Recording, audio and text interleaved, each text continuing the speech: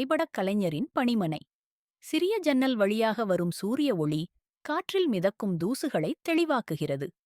Elara, ஒரு இளம் பயில்பவர், ஒரு பெரிய, பழைய தோலில் உள்ள வரைபடத்தின் அருகில் தும்முகிறாள்.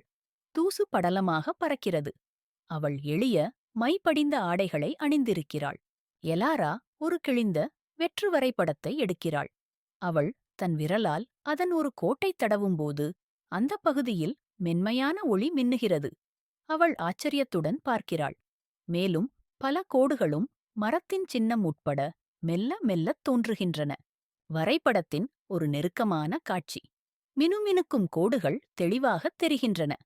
அதனுடன் திரவ ஒளியால் எழுதப்பட்டதைப் போல ஒரு வரி தோன்றுகிறது.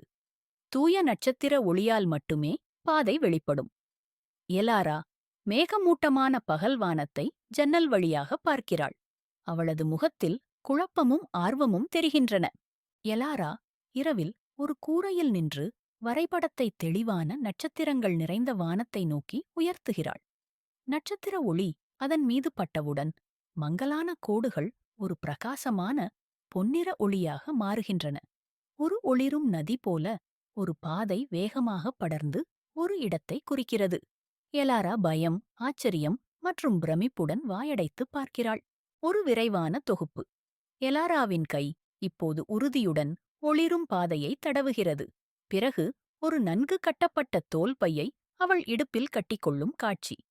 பையில் வரைபடத்தின் ஒரு விளிம்பு ஒளிர்வது தெரிகிறது.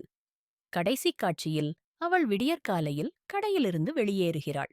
அவளது முகத்தில் ஒரு புதிய உறுதியும் நோக்கமும் தெரிகின்றன.